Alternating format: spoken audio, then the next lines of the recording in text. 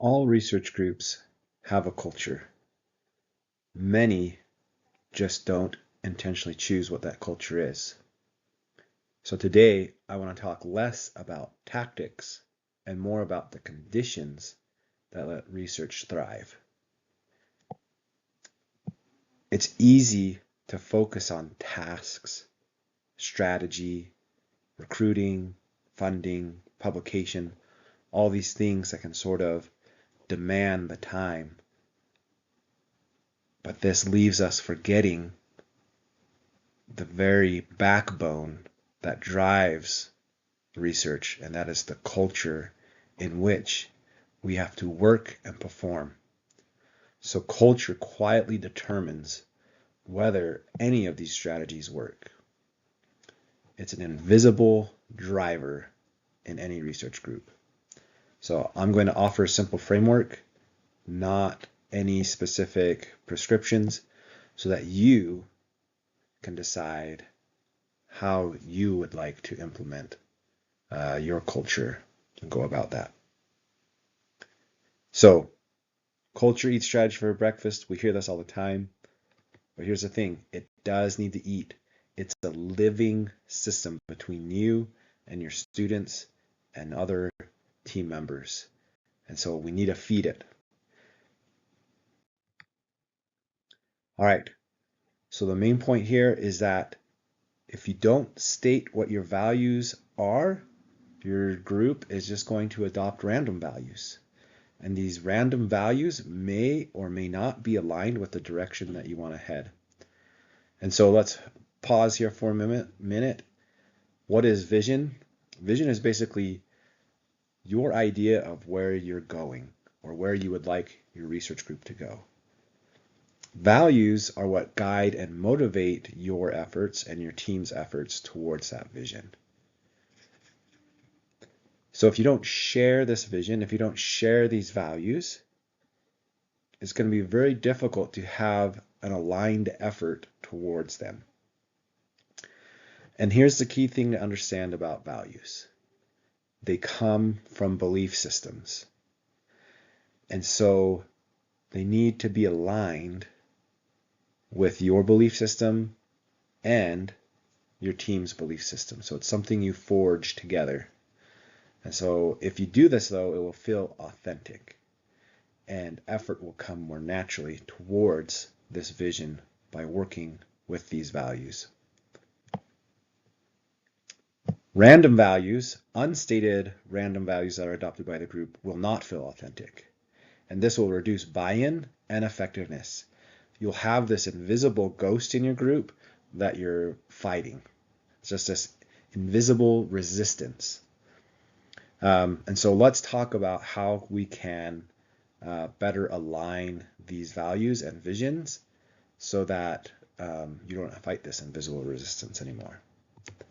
So I view values as the nutrients being put into the soil of the ecosystem of your research group. So we have this brown block here representing the soil. Now, if you don't replenish the nutrients in your soil, eventually it's going to become depleted. So vision and values must be regularly reinforced, reiterated, so that you have these nutrients just constantly feeding into the soil of your research ecosystem.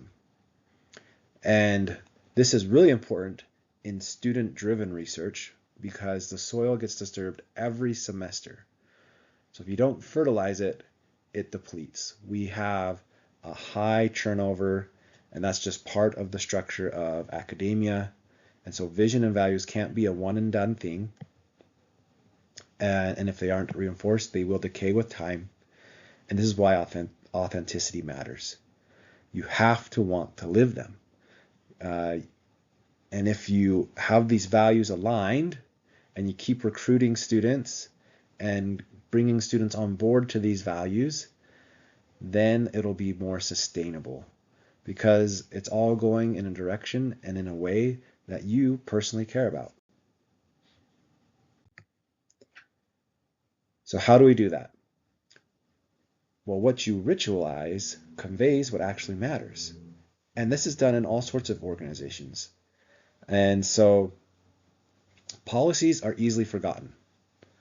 And so if you just write these policies that are value aligned, your values are going to be lost. But rituals embody values through repeated action. So rituals can sort of conjure sort of like this mystical cultish thing, but really it's just a repeated action that you and your group do. And it happens all over the place, whether we are aware of it or not. And so if you can intentionally set some rituals, some repeated actions for you and your group to do, then the vision and values are actually embodied, not in some forgotten written document, but they're instilled within yourself and the students. So culture changes through participation, not documentation. And so what does that look like? I'll give you one example. This is the Pyromaniac Pledge that I've developed for my research group.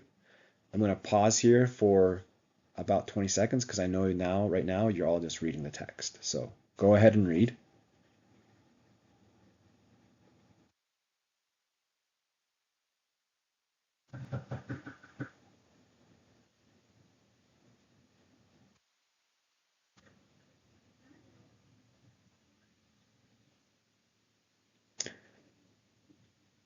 Okay, and what you'll notice here is that this pledge isn't aspirational, it's behavioral.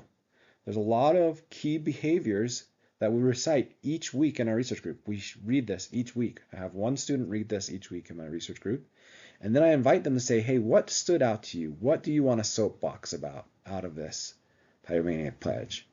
And so we start having this shared experience around the values, and then the students get to have an experience with it, a connection, some buy-in, where they personalize it by sharing how they connect with this pledge. And so you can see embedded in here some values: responsibility, curiosity, communication, failure as the key to success, which is sort of trying to help embody these values that lead to a productive research group. This reinforces belonging and growth simultaneously. So why do these things matter? It's because students are trained to be correct in formal education, but research requires curiosity. Formal education rewards correctness, research rewards curiosity. Those strengths can turn into fear in open-ended research. Research requires exploration, uncertainty, iteration. And so part of maybe something for you to consider as you develop the culture of your research group is instilling values and incentives that reward trying something even when you feel uncertain. Sharing and learning from failures. Anything to help break this deeply indoctrinated desire to be correct.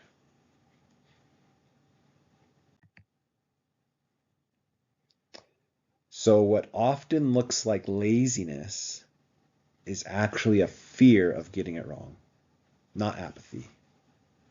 And what often looks like low productivity is absence of meaning. The students just aren't able to connect to the big picture or to their own internal value as to what they're doing.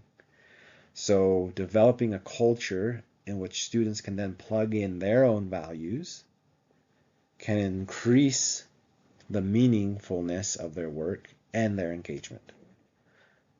So what often looks like disengagement can also be a personal or familial challenge. So avoidance, lack of ideas, silence, these are all signs to increase psychological safety so that you can increase engagement. and so that the student can feel safe to open up and share where they're struggling, so then they can be mentored how to move forward. So psychological safety is what allows students to risk curiosity. Again, we're trying to deprogram this desire to get the correct answer to them being willing to take some risks and be wrong and fail. And this can only take place when the student feels psychologically safe. So how do we do that? You got to praise effort and experimentation. No matter what the student does, there's always something to be praised. Let's say they fail spectacular in one of their experiments. You can praise them for trying, for taking that step. And then celebrate admitting mistakes. If they finally admit to, you know what, I didn't adhere to the safety practice completely, you can celebrate them for admitting that mistake before going into the correction. And so psychological safety is not lowering standards.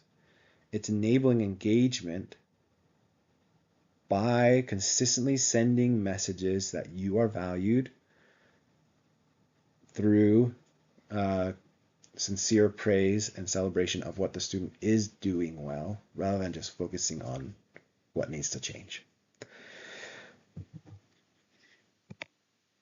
And so here's our tree that's starting to grow. It's taking root in the soil. Now, how do we make it bear fruit? Well, that's where systems come in. Systems make culture portable. That means that it can transfer from student to student. So culture survives when it no longer depends on the PI's presence. A couple weeks ago, I had ACL surgery, and I've been in and out. I haven't been able to engage very much, but progress didn't stop.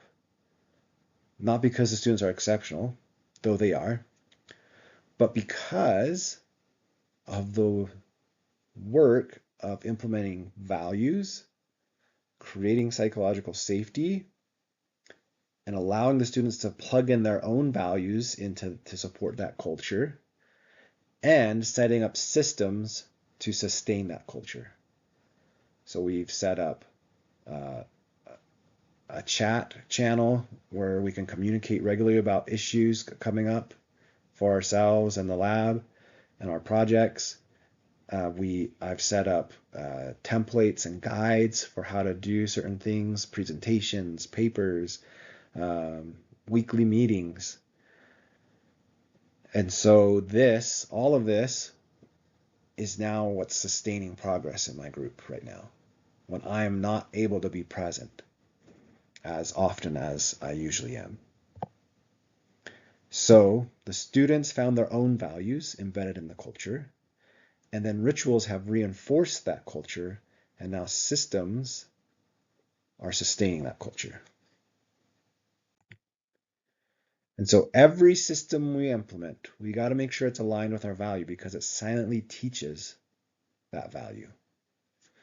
And so any SOP training video I make, I got to make sure it's aligned with the values of safety and independence that I'm trying to develop in the lab. Any writing template, I got to make sure that I put in there that, hey, I don't expect a polished product coming out of this. I want iterative feedback and growth, regular check-ins. And that's just how I prefer to do it, because that aligns with my values. Meeting templates, I make sure to write in there messages about being open about challenges so that we can discuss them and work through them in the meeting.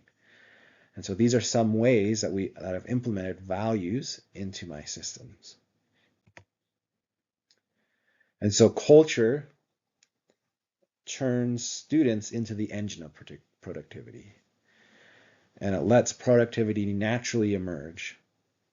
So culture is planted through shared values, takes root in psychological safety, and bears fruit when it's sustained by systems.